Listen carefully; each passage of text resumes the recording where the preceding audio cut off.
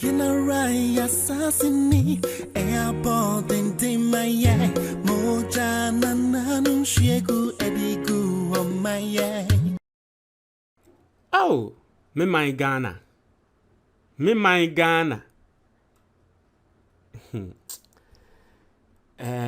In some be say Ayana, I don't want to blame the politicians. In some be say those who do sad dirty work we ama politicians no.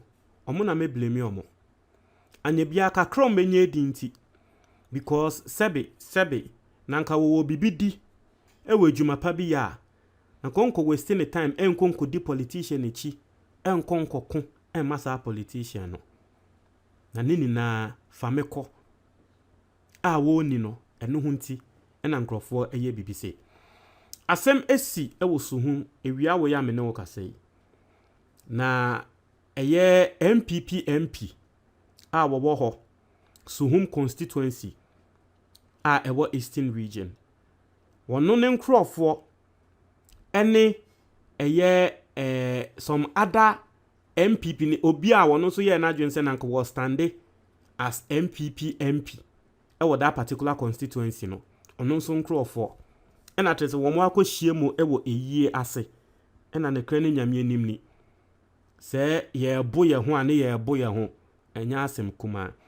na Star FM4 e the report aba na reporter Star FM4 e de aba no eno ene da wanimi me baba be readi na anko yese melodies o na asem wo de beto MPP4 so nti mi be readi na mi readi a entremu a wose me de ba na me de beba na wo hwa wose at least 2 persons sustained injuries during clashes between 2 rival groups of the ruling New Patriotic Party in Suhum constituency of the Eastern region. I say Bernard Kwesi Amueni, 51, sustained a deep cutlass injury in the head, in the melee. He is on admission at the Suhum Government Hospital, while Alexander Odey, who suffered a minor injury on the upper lip, has been treated and discharged. Not just engrofo mienu enepra. Baako ye de krante kotokro cutlass ene ye de jam ni trim. You see ende or that Suhum Government Hospital ya admit no. The second person de nano ena tese wo pray. Now let's go into how the chaos came about. Or say the chaos was triggered when Frank Asiedu Bekwin, popularly known as Protozoa, eyeing to unseat the incumbent member of parliament, Boafo Kojo Asante, and some party communicators and serial callers attended the funeral of the late father of one of the communicators identified as Opare on Saturday, August 28, 2021.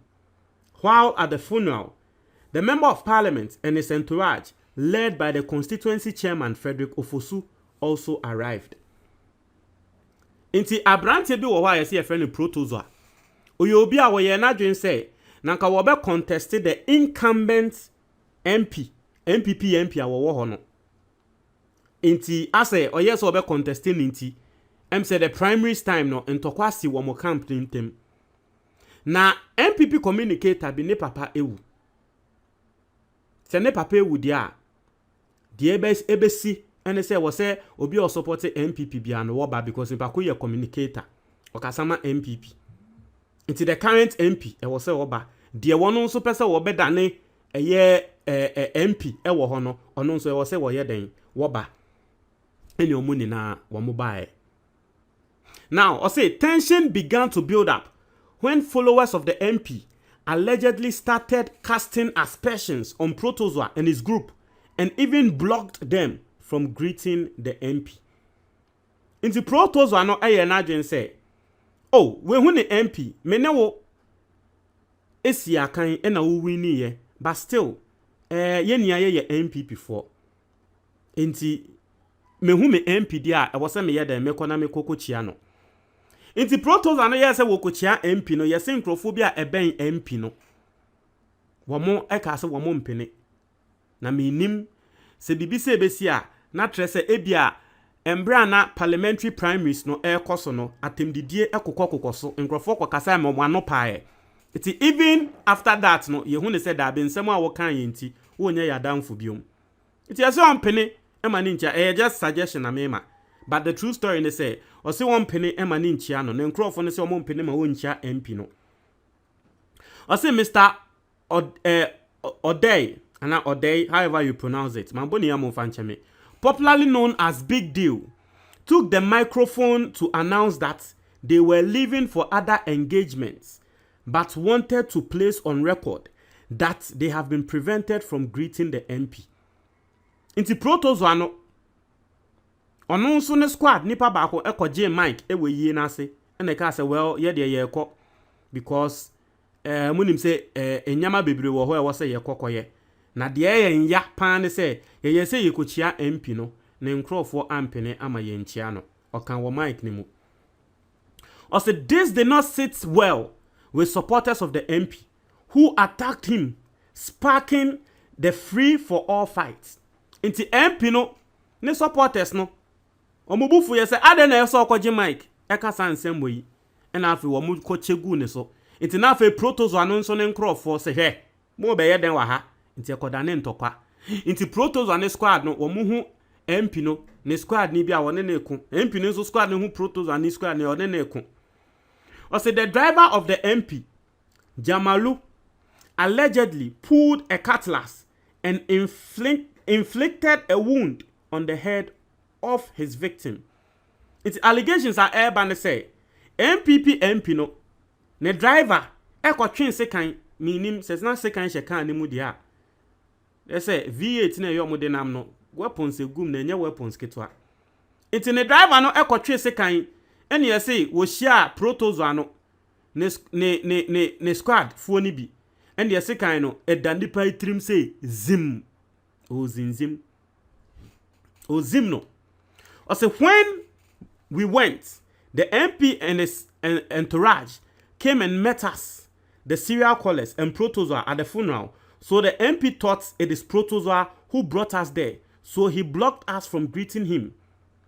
So one guy by name Big Deal went to take the microphone to announce that we are leaving for another engagement, by placing on record that the spokesperson for the MP says the MP doesn't recognize us. So if the mourners did not see us greeting the MP, it wasn't deliberate. So Hannah went to forcibly take the mic from him. Subsequently, Nana Obo went to slap him, which the communication officer from Asamankese attempted to separate them and bring calm, but he was hacked. Also later in the day, Charles Jesse, Suhum constituency youth organizer, accompanied by Martin Odey and Enes Lati, all executive members of Suhum constituency MPP, went to the Suhum police station to report the incident.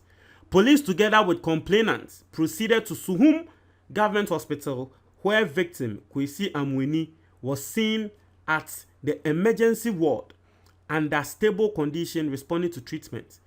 Police medical forms were prepared and issues to victims to be endorsed. The PRO of the Eastern Regional Police Command, DSP Ebenezer Tete, confirmed the incident when contacted. He said Suhum Police Command is investigating it to bring the culprits to book. Nti asem no you see video no a very gory. Inti to me show ewa ha. But mehe. Oh, we ye adverts. But etiefo asem no. Me say sisi a police for say wo mo be ye nhwehwemu. Allegation na eba ene say eye MP no ne driver ene okotwen sekan. Asem ne beda ne kese ne be tantrata. MP no ne driver no ene ye be chinatum na nye MP no. Because politicians womo nim se ne kasa obeyi ne hu afi asem ne mu. Obeka se nye ono no twen sekan no. Nti wo wo ye ne driver na gidigidi wo de ye o say wo Eradi Yesu Kristo.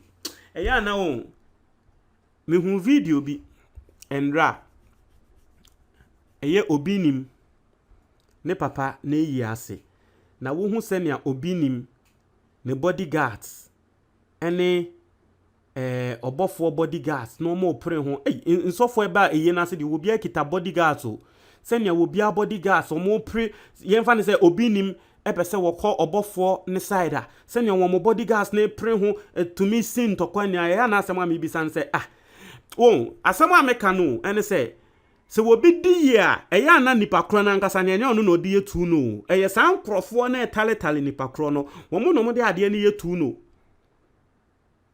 ɔmo na ɔmo pɛ sɛ ɔmo kyerɛ sɛ wɔn do nipa koro ne se ne busuafoɔ kraa na ɔmo ko ɛma nipa koro ne nsom amo wakɔ akɔtwe sekan ɛde akɔgya mo bi ti hwan na asoma o ɔmo a wɔn bɛn politicians kyerɛ sɛ sɛbe impredias sɛbe nsɛm hunu kwa nsɛm hunu ɛna ɔmo di